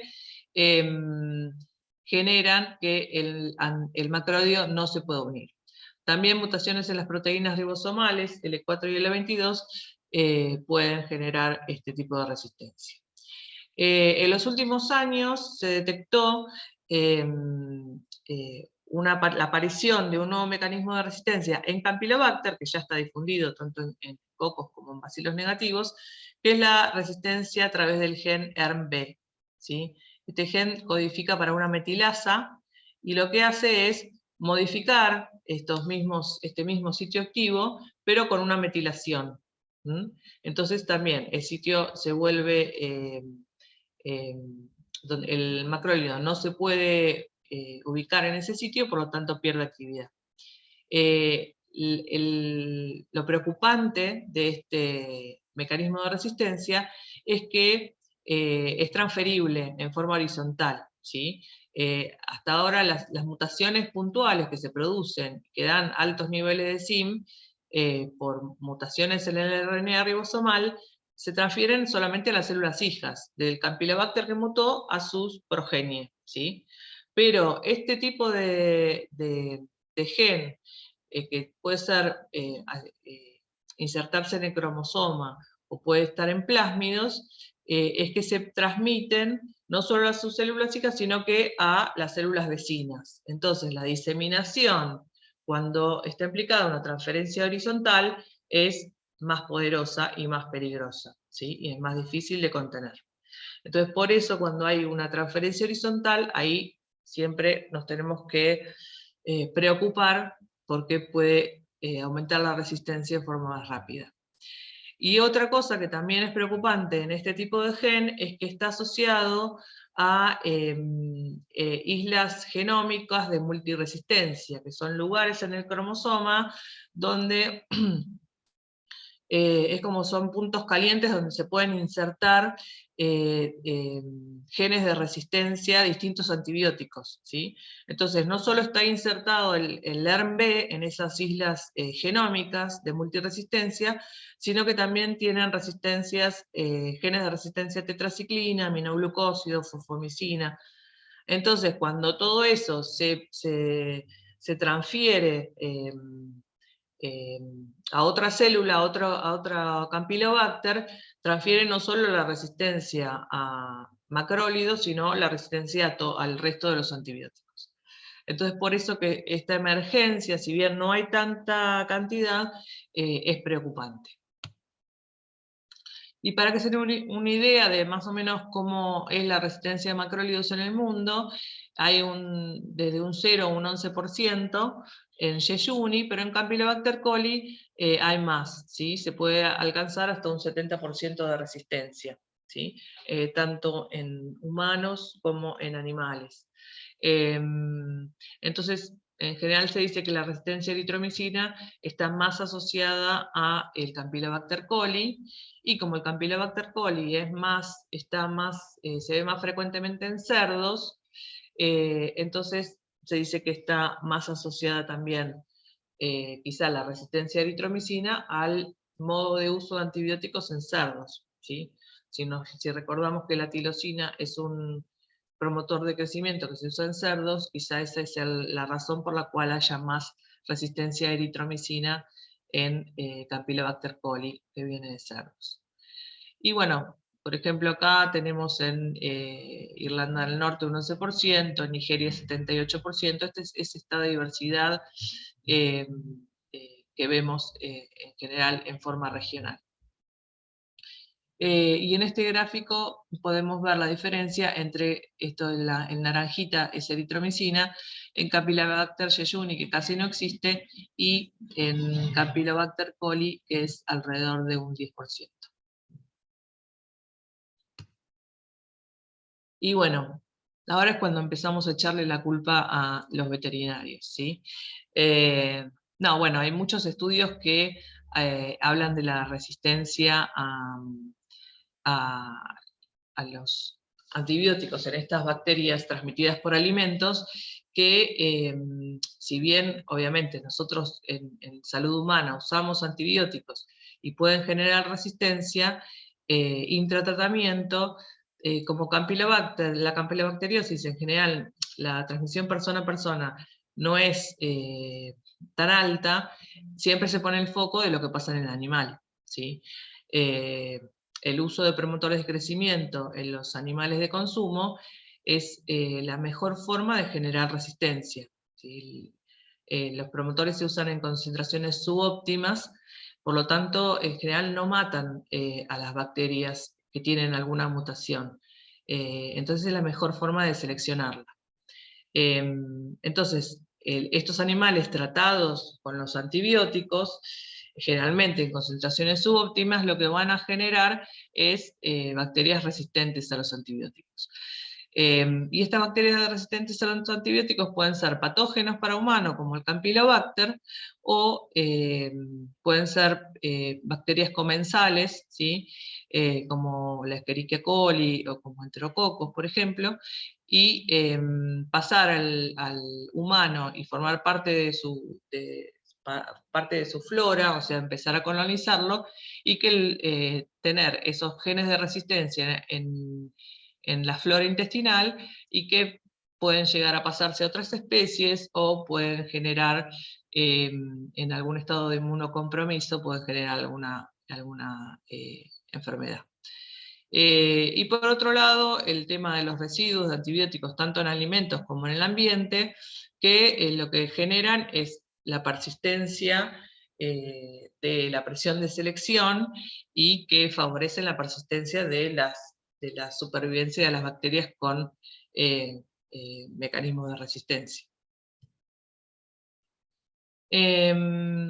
Bueno, vamos a la segunda droga de elección, que es la ciprofloxacina, ¿sí? Las quinolonas, ciprofloxacina en humanos, enrofloxacina en animales.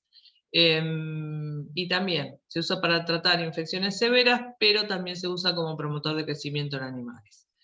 Tiene una actividad bactericida y el mecanismo de acción es la unión a una enzima que se llama DNA girasa. Esta enzima es encargada de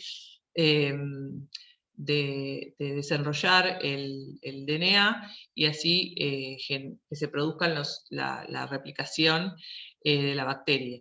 Entonces, si se une a ese sitio activo, la enzima no puede desenrollar el DNA, por lo tanto, hay fragmentación del DNA y hay muerte celular.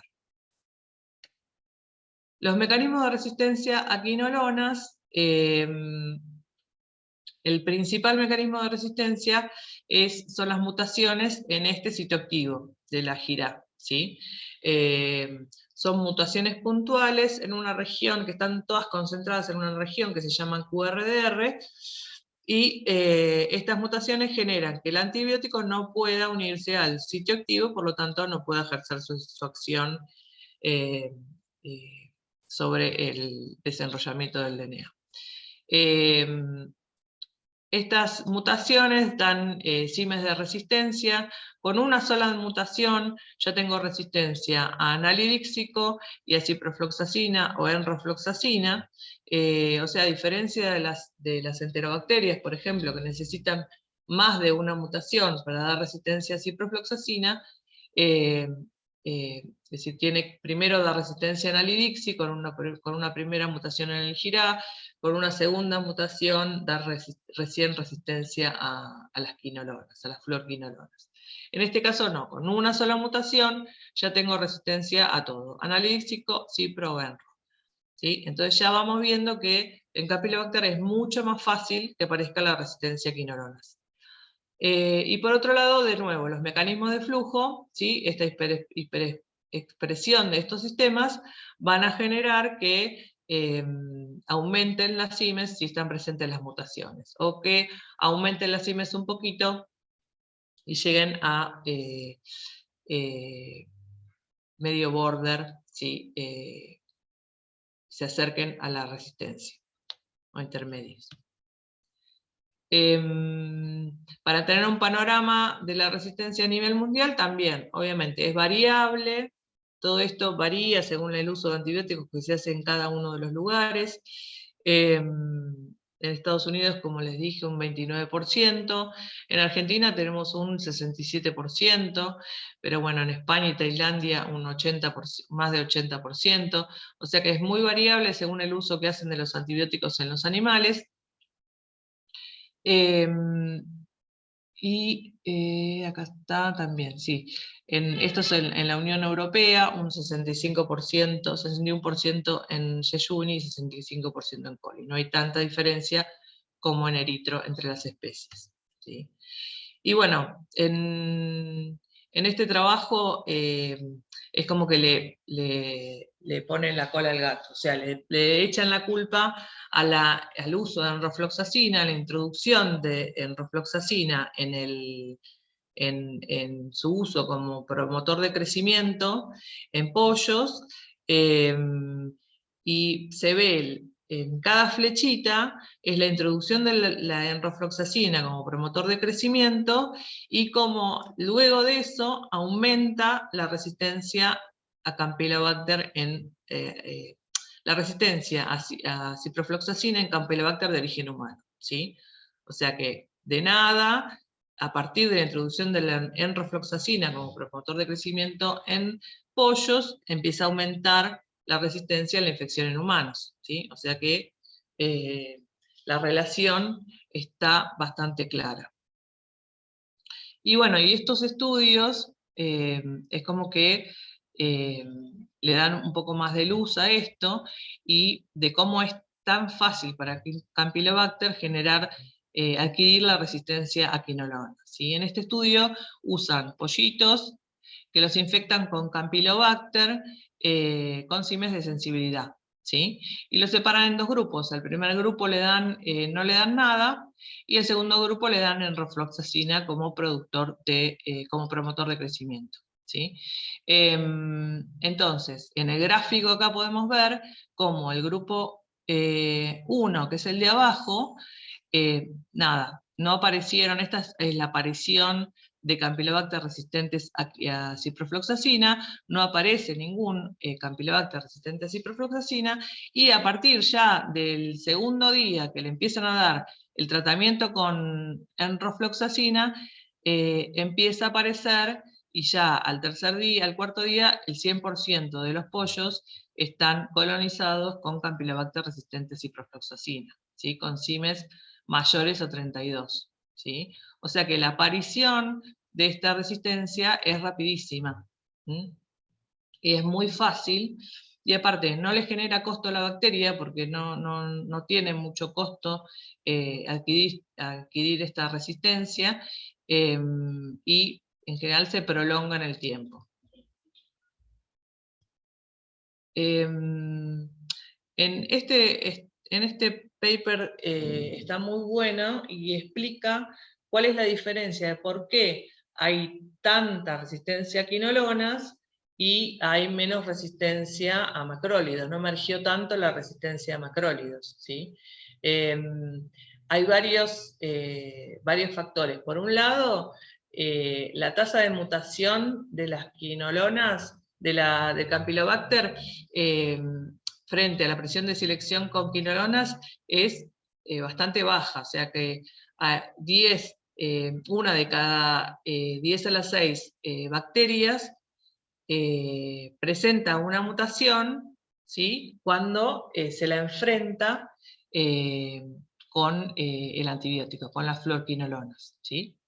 Entonces, presentan esta mutación, ¿sí? Imagínense que una infección, un inóculo bacteriano, una infección común es de 10 a la 7, 10 a la 8, o sea que en cualquier tipo de infección, y más aún en las de alto inóculo, vamos a tener presente Campylobacter resistentes a fluoroquinolonas, ¿sí? En muy baja proporción, pero los vamos a tener presentes.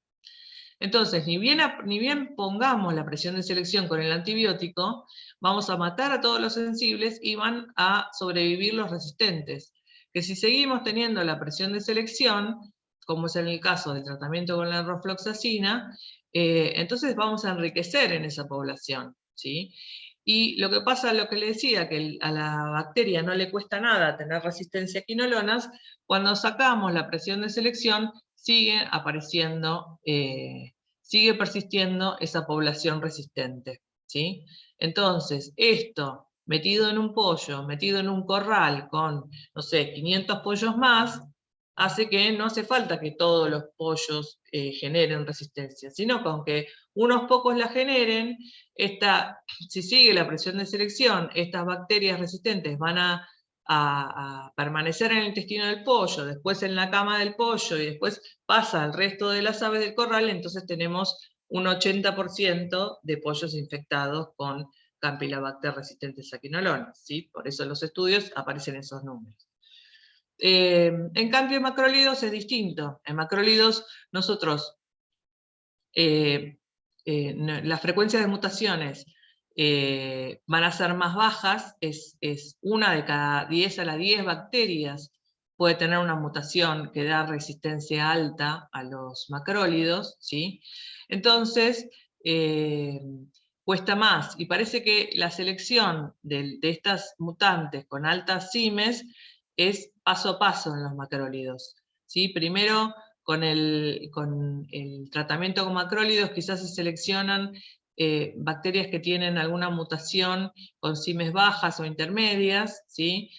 Por ejemplo, mutaciones en las proteínas ribosomales, o a lo mejor una hiperproducción en las bombas de flujo. Y una vez que seleccione esas mutantes intermedias, entonces sí es más fácil que si con más presión de selección aún, se seleccionen mutantes con CIMES altas de resistencia, ¿sí? Entonces, es más costoso, ¿sí? Es más tiempo, necesitamos tratamientos más prolongados con macrólidos para que se generen las mutantes resistentes, la selección de las mutantes resistentes, y aparte a la bacteria le cuesta ¿sí? Tiene un fitness, tiene un costo el mantener esa resistencia, ¿sí? Entonces, cuando se le remueve la presión de selección del antibiótico, las bacterias pierden esa resistencia y se enriquecen de nuevo en la población sensible, ¿sí? No es que pierden la mutación, sino que le cuesta, como no hay antibióticos, esas bacterias ya no tienen una ventaja para sobrevivir, entonces se enriquecen en la población sensible. Entonces, por esto, estos serían algunas de las causas por las cuales no hay tanta resistencia a macrólidos y sí a fluoroquinolonas. Bueno, tetraciclina es otra droga de elección, también inhibe de la síntesis proteica. En este caso la resistencia es por protección ribosomal. Hay un gen que es TET-O que codifica para una proteína que se une al sitio de unión de la tetraciclina y la desplaza, ¿sí? Entonces, así se genera la resistencia. También puede haber mecanismos de flujo, ¿sí? Esta bomba de flujo y esta otra también, que es de la misma familia, pero es otro tipo, contribuyen a la resistencia intrínseca y adquirida cuando actúan sinérgicamente con la protección ribosomal, ¿sí? Acuérdense que el flujo nos da tasas de resistencia muy altas. Y bueno, las tasas de resistencia a nivel mundial también varían, como todo, ¿sí? Como en todos lados. En Argentina tenemos alrededor de un 30% de resistencia, o sea que esta droga la tenemos que testear sí o sí para ver si podemos dar el antibiótico, porque tiene niveles bastante altos como para darlo como tratamiento empírico. Esa era la palabra que no me salía, tratamiento empírico, ¿sí? Bien. Bueno, estos son los aminoglucósidos, ¿sí? También, como les dije, se usan para el tratamiento de infecciones sistémicas por Campylobacter, ¿sí? Tienen una actividad bactericida, también se unen al ribosoma, inhiben la síntesis de proteínas, y como les explicó Paula, la resistencia a aminoglucósidos, en general el mecanismo principal es la modificación enzimática, ¿sí? Esas enzimas que les contó Paula, que modifican a la molécula del aminoglucósido y anulan su actividad, ¿sí? En general esta resistencia, en general yo no la daba porque es muy baja, la verdad que no tiene demasiada importancia, pero lo importante que ha pasado en los últimos años es que en la zona de Asia emergieron genes de resistencia a aminoglucósidos en Campylobacter, que antes no había, estas enzimas modificantes, en cepas de campi de alimentos de USA, de Estados Unidos, y en Asia, en Campylobacter coli, en pollos, y lo peligroso es que, por ejemplo, los de Asia estaban insertados en estas islas genómicas de multiresistencia, ¿sí?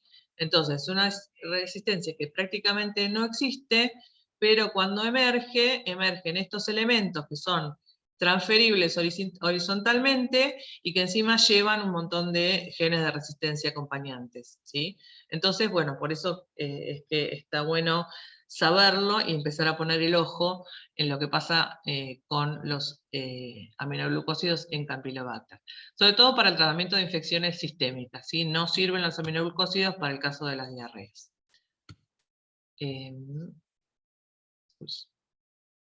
Acá.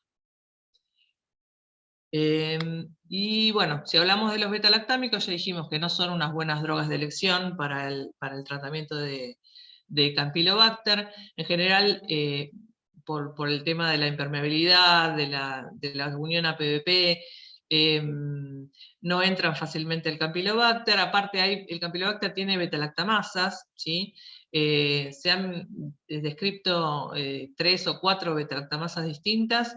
La única que está bien caracterizada es la OXA 61, que es una beta-lactamasa que tiene actividad sobre las aminopenicilinas y no sobre las cefalosporinas. Es inhibible por clavulánico.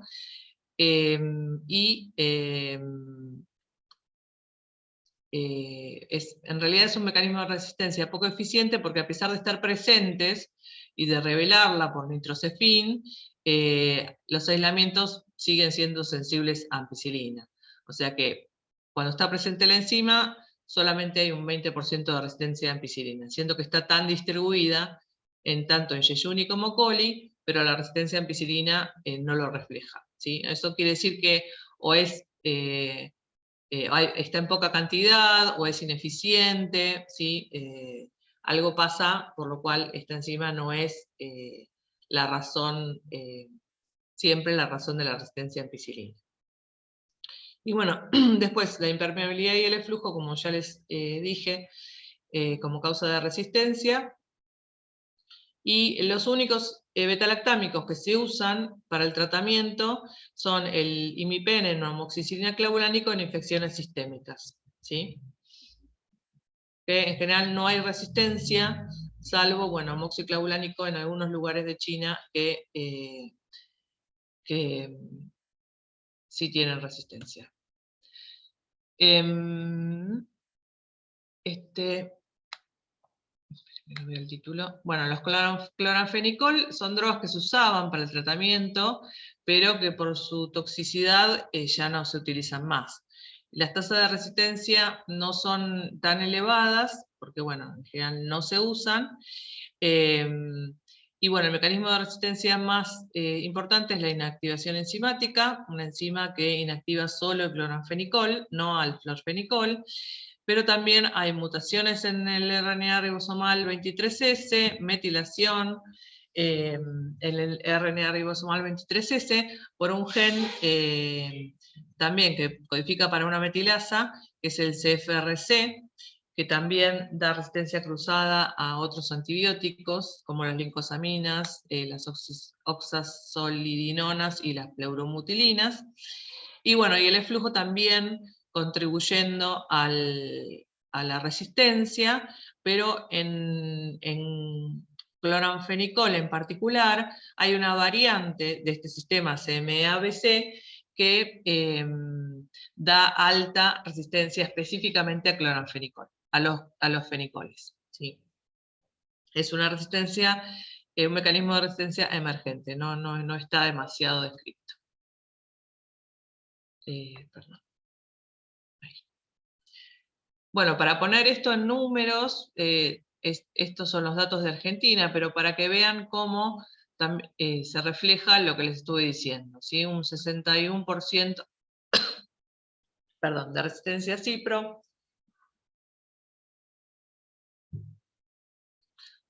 casi nada, menos del 5% de resistencia a eritro y a citro, y 31% de resistencia a tetra. Y esta resistencia la venimos teniendo a ciprofloxacina desde el comienzo de que empezamos a estudiar Campylobacter, más o menos por el 2000. Lo estudiábamos en el Hospital Garrahan, que es un hospital de pediatría, donde no se usaba ciprofloxacina, y ya teníamos valores del 60-50% de resistencia. Y bueno, también vemos esa diferencia a nivel de especies en nuestros datos, ¿sí? El Campylobacter coli es el verde, más resistente a los macrólidos que el Campylobacter jejuni. Y también lo que se ve es que el Campylobacter coli tiene más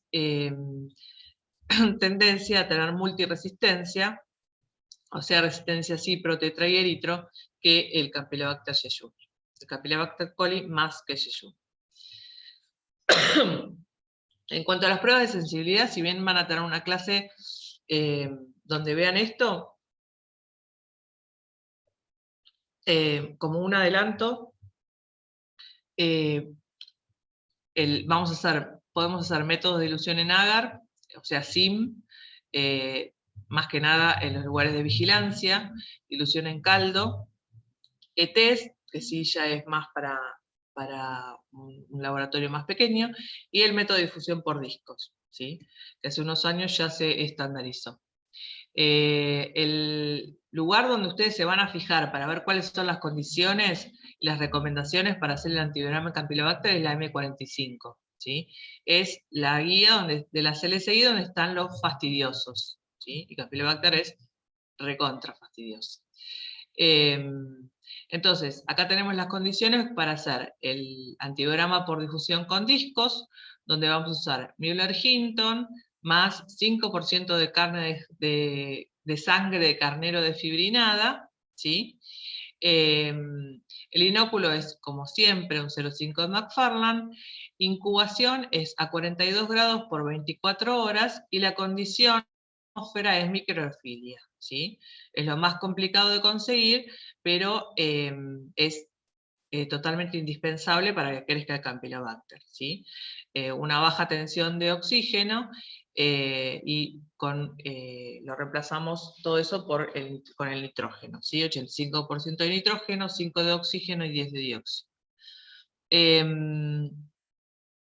Entonces, en general, los incubadores que se prefieren son los que se dan por intercambio de gases, ¿sí? Donde se hace vacío y se ingresa el gas. Si no se tiene eso, entonces usar jarras con generadores, ¿sí? Son generadores comerciales que salen carísimos. Hay algunos generadores caseros que se hacen con bicarbonato, que bueno, que en varios laboratorios de nuestro país lo utilizan y funcionan. Pero bueno, lo que no se recomienda para la sensibilidad es usar las bolsas con los generadores, ¿sí? Ahí se vio que había mucha variabilidad en el crecimiento, entonces no se recomiendan las bolsas. Sí las jarras con generadores, pero no las bolsas. Las placas tienen que estar muy secas, la lectura de los halos de inhibición se hace a las 42 horas para darle tiempo de crecer, y con la luz reflejada, ¿sí? Porque como es opaco el medio, por la sangre, tenemos que usar la luz reflejada. Y después, en esta norma, en la M45, tenemos puntos de corte de discos, ¿sí? Para eritromicina, ciprofloxacina y tetraciclina. El resto de las drogas que ustedes quieran vigilar, que no estén dentro de estos puntos de corte, se usan los puntos de corte de enterobacterias, ¿sí? Hace un montón que estamos estudiando Campylobacter, por convención se usan los puntos de corte de enterobacterias, andan bastante bien, y recién hace pocos años aparecieron estos puntos de corte específicos para el género, ¿sí? Pero con el resto de las drogas se usan los de enterobacterias. Acá, bueno, esto es lo que les decía. ¿Qué más? Entonces, bueno, la dilución en lagar y la microdilución en caldo son los métodos que se pueden utilizar, difusión por disco, LTs, cuáles son las drogas que tendríamos que ensayar, y bueno, como mínimo en humanos usamos ciprofloxacina y eritromicina, que son las drogas de elección. Las otras drogas como nitrofurantoínas, cloranfenicol y tetraciclinas son las drogas alternativas, y después para las infecciones sistémicas, amoxicilina clavulánico, imipenem y gentamicina, ¿sí? Obviamente para una vigilancia tratamos de incluir la mayor cantidad de las drogas posibles, y a estas drogas, bueno, el amoxicilina clavulánico ya está. Si se va a hacer por SIM y no por disco, se podría incluir también la fosfomicina, que es otra opción para el tratamiento, por lo menos en humanos, y otras drogas de uso veterinario, ¿no? Entonces, bueno, como conclusión, la importancia del estudio de este género es porque es el principal patógeno de enfermedades transmitidas por alimentos y de diarreas del viajero. La resistencia a los antimicrobianos en este género está en aumento a nivel mundial. Ya perdimos opciones de tratamiento como las fluorquinolonas, y están emergiendo fenotipos de resistencia preocupantes, por ejemplo, la resistencia transferible en macrólidos, esta resistencia en macrólidos, en aminoglucósidos, y la presencia de estas islas de genómicas de multiresistencia, que nos deberían llamar la atención y preocupar. Así que el abordaje de este problema, como siempre, y dijo Ale en las primeras charlas, es de una salud, ¿sí? Por eso estamos acá, donde desde toda la mayor cantidad de los sectores posibles tenemos que buscar soluciones para disminuir la colonización en animales, para disminuir la transmisión en humanos, para mantener vigilada la resistencia tanto en alimentos, en animales de consumo y en humanos. Y sobre todo, hacernos eco de esta elección de la OMS de ser un microorganismo crítico para poner el ojo y desarrollar nuevas estrategias, tanto en la prevención como el tratamiento de este germen y sobre todo la contención de la resistencia. Así que bueno, muchas gracias por escucharme y quedo a su disposición. Muchas gracias, Ele. Excelente las presentaciones de las dos chicas. Diego, fíjate si tenemos preguntas. Me parece que en el chat no hay. Pueden escribir o pueden levantar la mano, no solamente para hacer preguntas, sino si tienen algún comentario de su país que pueda enriquecer a las presentaciones de las chicas, vendría bárbaro. Mientras tanto, Paula, tengo un par de preguntas. Mientras vamos esperando si hay alguna pregunta en el chat, porque hoy estamos un poquito, nos pasamos de tiempo, pero un par de preguntitas para cada una. A Paula, ¿por qué los genotipos VANA y VAN-B en enterococos de resistencia a vancomicina son los que más relevancia tienen a nivel epidemiológico? Bueno, son los dos que tienen más relevancia porque son los que se pudieron diseminar exitosamente a nivel global, porque después los otros genotipos que se encontraron están como que quedaron confinados al lugar donde se aislaron, a algún país en particular o a alguna región, y si bien en algunos se pudo documentar la transferibilidad, esta no fue exitosa. Entonces, eso es por la manera de diseminarse mediante los transposones, que son los encargados de diseminar estos, mediante plásmidos, ¿no? Que diseminan estos genotipos, son los únicos dos que tienen realmente importancia epidemiológica. Por eso, si bien mostré la diversidad que existe, a lo que tenemos que apuntar en la detección es a esos dos. Perfecto. Y con respecto a estos dos genotipos, VAN-A y VAN-B, ¿los métodos fenotípicos actuales que disponemos son suficientes para diferenciar el genotipo VAN-A del genotipo VAN-B? ¿Cómo los deberíamos ver? Sí, el VANA en general se ve con alto nivel de resistencia a vancomicina y a teicoplanina. En general no tienen halo a vancomicina, 6 de halo, si uno aprueba el método de difusión, y la teicoplanina da halos muy chiquititos, de 9 milímetros, 10 milímetros. Como es alto nivel de resistencia a los dos glucopéptidos, ya podemos saber que estamos en presencia del fenotipo VANA, que es el más prevalente a nivel global. Cuando tenemos un VAN-B, también tenemos alto nivel de resistencia a vancomicina, un poquitito menos, quizás la SIM que en el VANA, pero resistente igual, y la teicoplanina con un halo un poquitín más grande.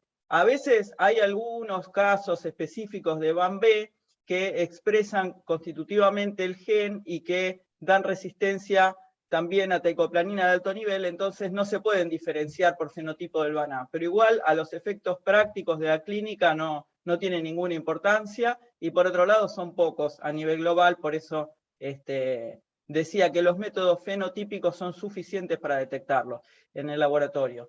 Si nosotros queremos saber específicamente si encontramos un fenotipo un poquito distinto de resistencia a banco y la teico nos da dudosa, habría que hacer las pruebas moleculares como para saber en presencia de qué gen estamos. Pero la verdad es que a nivel práctico los métodos fenotípicos son totalmente suficientes para detectarlos, igual que los automatizados, todos los métodos fenotípicos como mostraba en la diapositiva, ¿no? Difusión, SIME, test, todos son útiles. Perfecto, buenísimo. Cele, un par de preguntitas para vos. ¿Cuál de los dos Campylobacter es más prevalente? ¿El Campylobacter jejuni, el Campylobacter coli? En humanos y en animales, ¿cuáles son más prevalentes? ¿Y cuál de las dos especies se asocian por lo general a resistencia a antibióticos o a multiresistencia? Bueno, el jejuni en humanos es mucho más prevalente que el coli, más o menos de las diarreas el 95% es jejuni y 5% coli, ¿sí? Igualmente varía también en las regiones, ¿no? En algunas regiones el coli es mayor, llega hasta un 20%, por eso es muy variable según el consumo de alimentos que haya en esa región, ¿no? La colonización en los animales. Con respecto a los animales, bueno, el yeyuni siempre está más asociado a las aves de corral, ¿sí? Y que tienen un alto porcentaje de colonización, más de un 80%, y el coli está más asociado a los cerdos, ¿sí? Que si bien la colonización es menor, tiene una fuerte asociación con el cerdo y la carne de cerdo.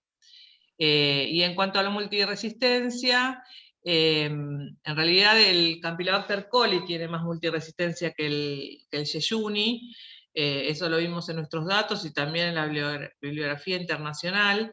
Y el tema es más que nada porque se le asocia la resistencia a eritro, tiene más resistencia a eritro, entonces también tiene una resistencia a ciprofloxacina, porque también se usa ciprofloxacina en cerdos, pero no porque Campylobacter coli tenga más capacidad de mutarse, sino por el uso más intensivo que se hace de antibióticos en ese tipo de cría, ¿sí? Que se usa más, sobre todo, eritromicina por tiempos muy largos, ¿no?